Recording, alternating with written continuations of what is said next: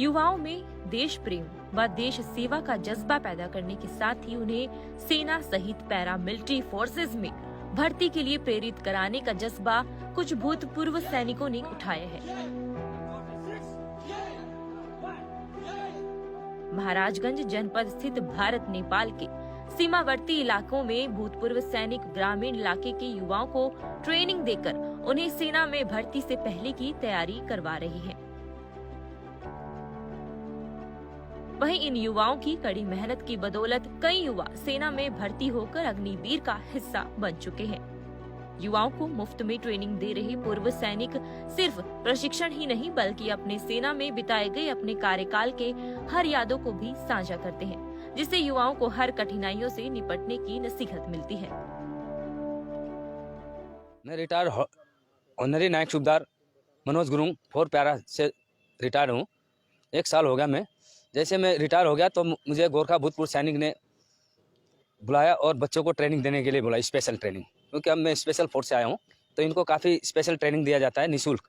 तो काफ़ी बच्चे अभी आ रहा है और 3 बच्चे अभी हाल ही में फैजाबाद में सिलेक्शन हो गए और भर्ती भी हो गए अग्निवीर, और इनको हम अग्निवीर के लिए काफ़ी तैयारी करा रहे हैं। सर हम इनको अपने अनुभव को बताते हैं कि ये बोलते हैं कि सर आप स्पेशल फोर्स के बारे में बताएं, तो मैं इनको बताते हैं कि हम जहाज से जंप करते 2000 फीट पैराशूट से, और इनको ट्रेनिंग दिया जाता है कराटे का, ताकि ये अग्निवीर में जाके वहाँ पे दिक्कतों का सामना ना करना पड़े। मैं गोरखा भूतपूर्व कल्याण समिति नौतनवा का कोषाध्यक्ष हूँ।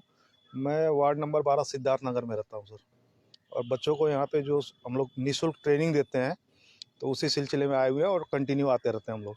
सर मैं भारतीय सेना का गोरखा रेजिमेंट से ताल्लुक़ रखता हूँ। जब मैं पेंशन आया था 2014 में, उसके बाद यहाँ पे उतना व्यवस्था नहीं था। अभी फ़िलहाल हम लोगों ने जल्दी स्टार्ट किया है, लगभग 6-7 महीने से, तो ये कंटिन्यू चल रहा है।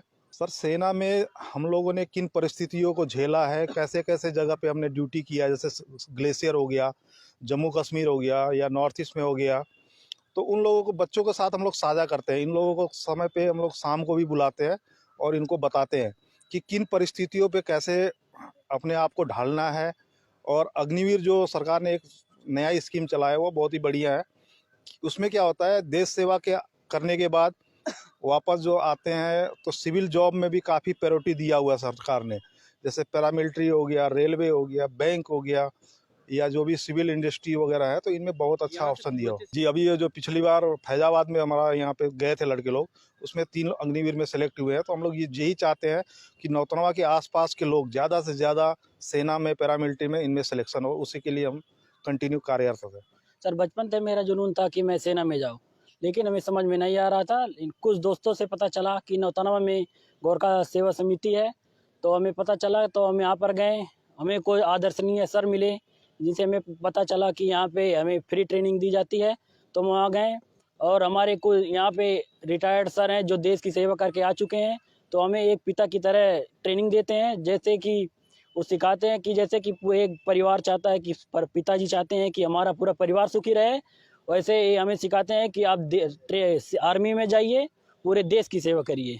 अग्निवीर को लेके भारत में जितना विरोध हुआ उससे भी कहीं ज़्यादा अगर विरोध था तो नेपाल में था। लेकिन मैं भारत और नेपाल के सरहद पे बसे नौतनवा पे इस समय मौजूद हूँ, जहाँ पे भूतपूर्व सैनिकों के द्वारा जो गोरखा बटालियन से रिटायर हुए हैं उनके द्वारा यहाँ कस्बे के कई लोगों को फ्री में ट्रेनिंग दी जाती है। लोगों को अग्निवीर के बारे में बताया जाता है। और तो और यहाँ से 3 ऐसे बच्चे जो फैजाबाद में अग्निवीर के पद पे सेलेक्ट भी हुए हैं और कई बच्चे अभी लाइन में लगे हुए हैं।